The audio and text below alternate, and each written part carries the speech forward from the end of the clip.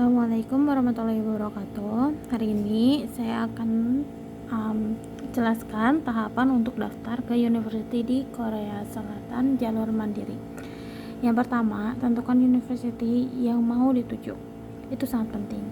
Yang kedua, cari tahu website resmi university tersebut.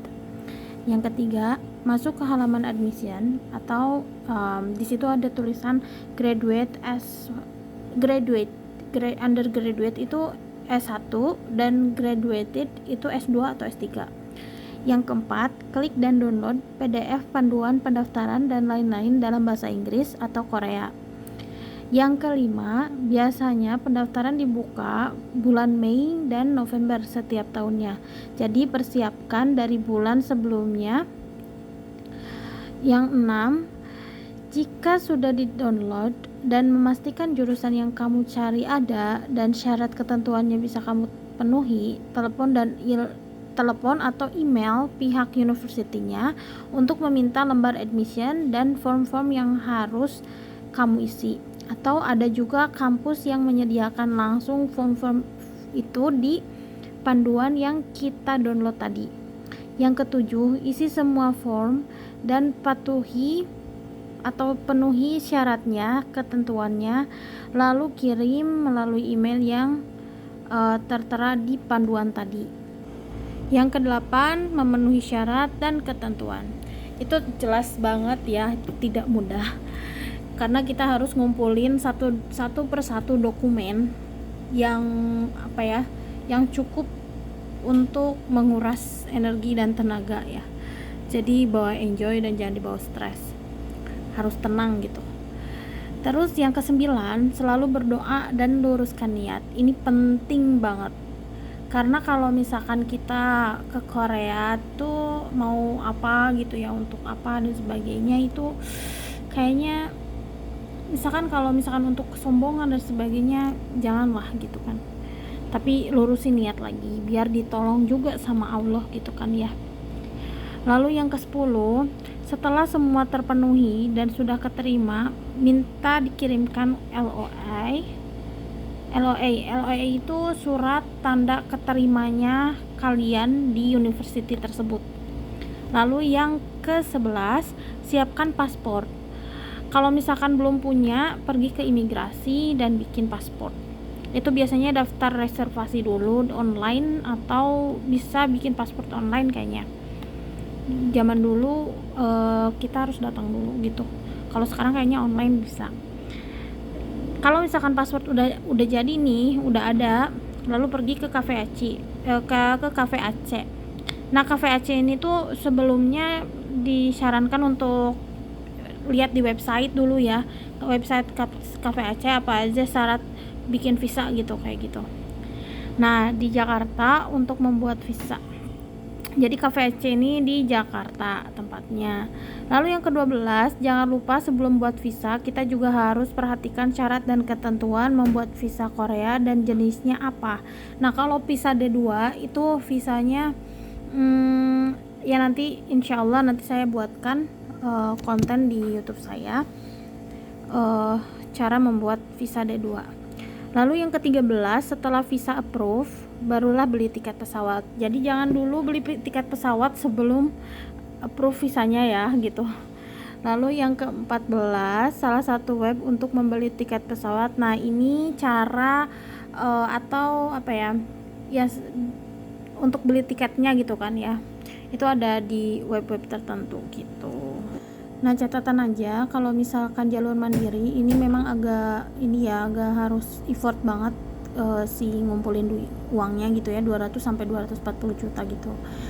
Tapi kalau misalkan sanak saudaranya bisa bantu sih sebenarnya ini cuma 1 hari aja, nggak dibawa sampai ke Korea gitu. Jadi 1 hari di freeze, terus habis itu nanti bisa diambil lagi gitu. Nah, paling kita harus nyiapin biaya di Korea Selatannya aja, kayak misalkan bayar kuliah pertama sama kehidupan ya, biaya living cost lah ya. Living cost kayak kosannya, beli makan atau apa dan sebagainya gitu. Itu aja sih.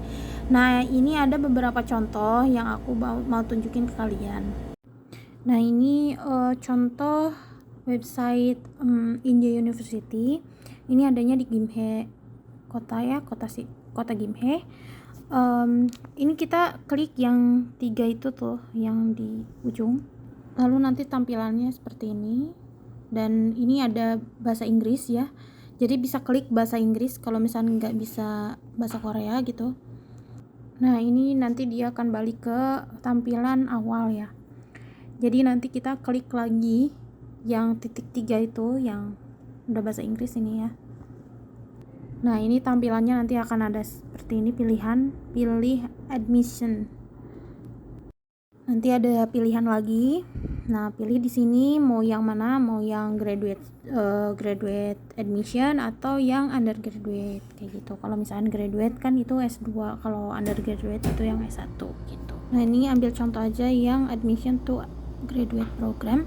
Nah di sini ada application form yang tanda merah, itu download aja. Kalau misalkan mau di situ lihatnya juga nggak masalah.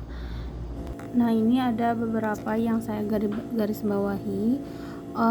Kita sebelum ke yang lain-lain gitu, kita juga ngelihat dulu nih admission schedule-nya. Jadi di sini ada application schedule itu dari mulai tanggal 2 Mei katanya sampai 20 Mei. Terus di situ juga ada juga di situ cara gimana untuk nge-apply-nya gitu ya. Terus deadline to submit, jadi untuk submitnya ada juga deadline-nya, jam berapa dan tanggal berapa gitu. Terus di situ juga screening and interview, jadi kita bener-bener luangin waktu nih dari tanggal 23 sampai 15 Jun katanya gitu kan ya, antara itu. Lalu notification of admission result di sini, jadi nanti ada hasilnya itu tanggal 24 Jun gitu. Nah, pindah ke academic programs. Di sini kalian bisa milih apa ya namanya, program mana aja nih yang kira-kira cocok buat kalian gitu. Nah, di sini juga ada keterangannya English track. Jadi English track itu berarti pakai bahasa Inggris semuanya atau 50% aja. Nah, kalau misalkan di situ nggak ada ya atau tanda X, itu berarti tandanya semuanya pakai bahasa Korea gitu. Jadi kalau misalkan mau pakai apply-nya tuh pakai TOEFL atau misalkan IELTS, berarti ambil yang 100% atau yang 50% gitu. Kalau yang 50% berarti kalian juga harus mempersiapkan bahasa Korea. Minimal ya kita belajarlah yang level 1 sampai level 2-nya gitu, kayak gitu. Nah, selanjutnya ini required documents. Jadi kita juga ngelihat nih di sini ada yang pertama kan application form. Ini yang nanti kita minta nih ke si kampusnya gitu, atau kita juga bisa nyari di websitenya gitu kan ya, application form ini. Terus yang kedua passport foto, recommendation letter dan sebagainya gitu kan ya. Kalian bisa lihat di sini. Terus ini juga bisa jadi patokan atau acuan dan di checklist gitu ya, mana yang udah mana yang belum kayak gitu, biar nggak kelewat kayak gitu. Nah ini kan ada tanda segitiga gitu ya, ini sebenarnya tanda segitiga ini tuh kayak option gitu loh, kayak ada jalan khusus gitu yang nggak mengharuskan sekali gitu, kayak gitu. Nah selanjutnya di sini ada tuition fee. Jadi kalian juga harus memastikan berapa sih gitu budget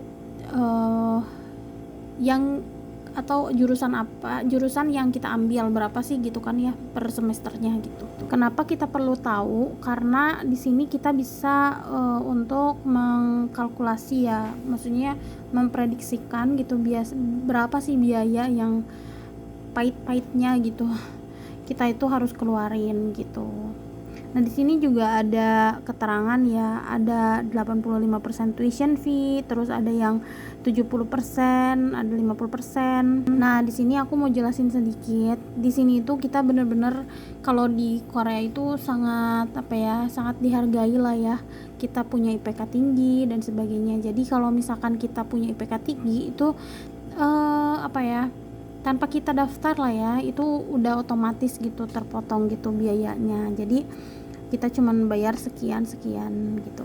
Nah biasanya itu mereka bakalan simpen syaratnya gitu ya, maksudnya apa sih yang ngejadiin kita ngebayarnya itu cuman 15% doang atau 30% doang atau 50% doang. Itu ada ketentuannya gitu. Misalkan nih, kalau misalkan kita IPK-nya lebih dari 3, kita otomatis nih dapat 50% potongan gitu.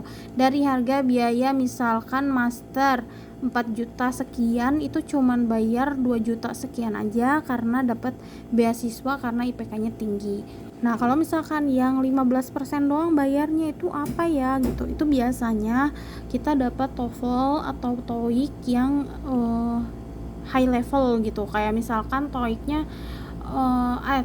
topiknya misalkan 4 atau 5 atau 6 gitu, kayak gitu. Nah itu langsung kayak cuman 15% aja bayarnya ya. Atau kita punya skor TOEFL atau IELTS yang high level gitu ya, misalkan 7, 8 IELTS-nya gitu ya, atau 600, 700 TOEFL-nya gitu. Nah itu lumayan. Terus di sini juga ada kampus life. Kampus life di sini tuh kita misalkan butuh tempat tinggal. Jadi misalkan pas pertama ke Korea misalkan kan pasti ada yang udah kenal seseorang atau misalkan belum, atau nggak tahu nih gimana caranya biar hidup atau ngekos gitu. Nah di sini kalian bisa cari aman untuk apa ya, nggak bayar kos, nggak bayar listrik, nggak bayar apa-apa, nggak bayar bojonggam dan sebagainya. Ini kalian cukup tinggal duduk manis dan ya kalian cuman bayar aja nih, misalkan di situ $600 gitu kan ya semester. Udah, kalian gak harus mikirin bulanan, gak harus mikirin listrik atau air dan sebagainya. Terus kita juga di sini bisa disediain untuk makan ya, makannya dari kampus gitu. Tapi saya saranin sih sebenarnya mending masak sendiri. Kenapa? Karena selain lebih murah dan kita bisa milih-milih makanan halal kan ya. Kita nggak tahu misalnya yang dimasakin itu apa gitu, kayak gitu. Nah di sini juga ada beberapa contoh nih, contoh apa ya, formnya ya. Nah ini form admission ya, application form. Jadi misalkan kita nulis nama dan sebagainya, foto dan sebagainya gitu. Terus di sini juga kalau ini application form full time scholarship. Jadi kalau misalnya kita mau dapetin scholarship ya. Terus di sini ada letter of recommendation. Ini biasanya S2 itu minta rekomendasi dari profesornya yang sebelumnya. Jadi dari S1 ya gitu. Terus kita juga harus nulis self introduction and study plan. Jadi ini kita harus nulis juga ya, perkenalan diri kita, siapa diri kita, kayak gitu.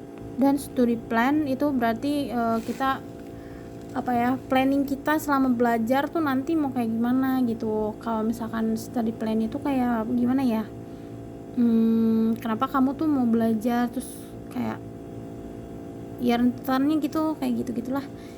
Susah juga jelasin ya, kayak gitulah pokoknya. Ya gitulah, cukup sekian dan terima kasih ya udah nonton sampai akhir. Semangat dan terus berjuang, karena nggak ada yang mudah ya didapatkan, kecuali kita juga berdoa dan berusaha kayak gitu. Semangat terus, pantang menyerah.